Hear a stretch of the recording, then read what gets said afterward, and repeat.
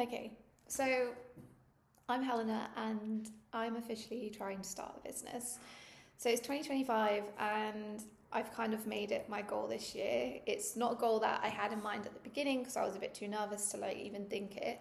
But in the last, I think, 3 months or so, I've been putting way more effort in. So if 2025 wasn't busy enough with work, research, conferences, personal stuff, life, I thought, why not add trying to make a business into the mix? And also turning 30 this year, I would have thought that was a big enough milestone for myself. But no, we want to add founding a company into that mix.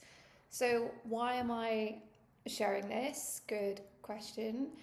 I want to try and make a video series diary thing because, for one, I need to hold myself accountable. If you are a friend of mine, you know I pick up hobbies like no one's business. I think I would win an Olympic award in like picking up hobbies and ditching them, whether that is like tie-dyeing, painting, making jewellery, clay earrings, slacklining at one point, pole fitness, going to the gym crazy and then stopping. I pick up great things intensely for 6 months to a year and then I drop them. Not to say this is going to happen with this, but I think at least if I make a video, then I'll be a bit more accountable.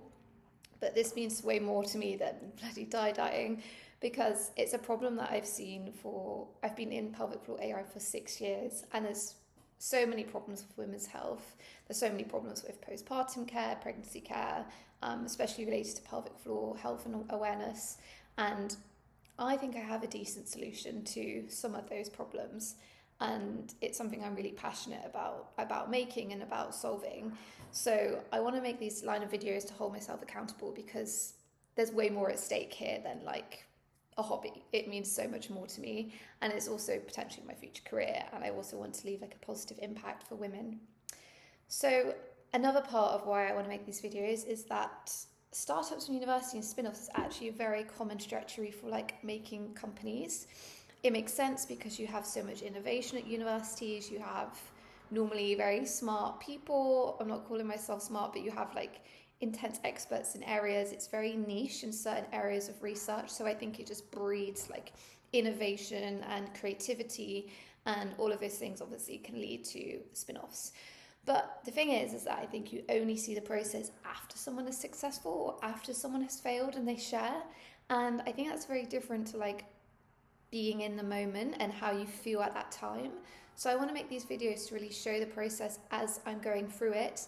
And finally, I have no business knowledge.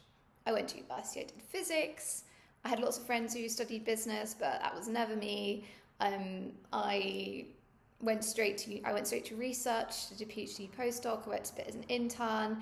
But the world of business and industry and commercial and, well, I can't even think of the word now, but corporate is so not me. And I know spin-offs and startups are not corporate. Like I have worked in a startup before as an intern, but yeah, I'm just not businessy at all. And I'm learning so many terms. And I thought that there's probably a lot more people like me who have no idea, but just are creative and they want to make something.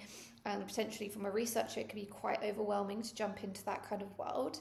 So I want to make this video to sort of like share my story and hopefully like I learn from sharing and also people will learn maybe from watching this. So that's the idea of this. Might be a really bad idea, but we will see. I'm not going to share exactly what I want to make my product yet because I'm working on a minimal viable product and I prefer to like have it in my hands and test it with women than to start sharing what I'm going to do. I think that's like a more sensible than oversharing too much.